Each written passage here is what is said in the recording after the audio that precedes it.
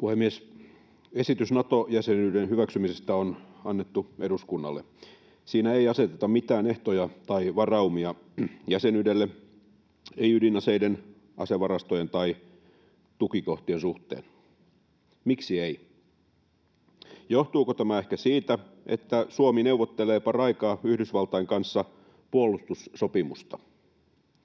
Norja solmi aiemmin tänä vuonna Yhdysvaltain kanssa tällaisen puolustussopimuksen.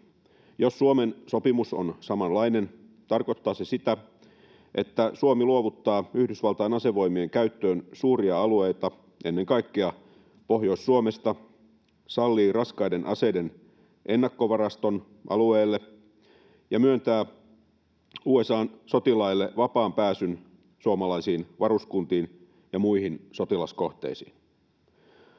Halutaanko Yhdysvaltain ja Suomen puolustussopimuksen velvoitteita ennakoiden jättää nyt kaikki yksipuolisetkin varaumat tekemättä Suomen Nato-päätöksen yhteydessä?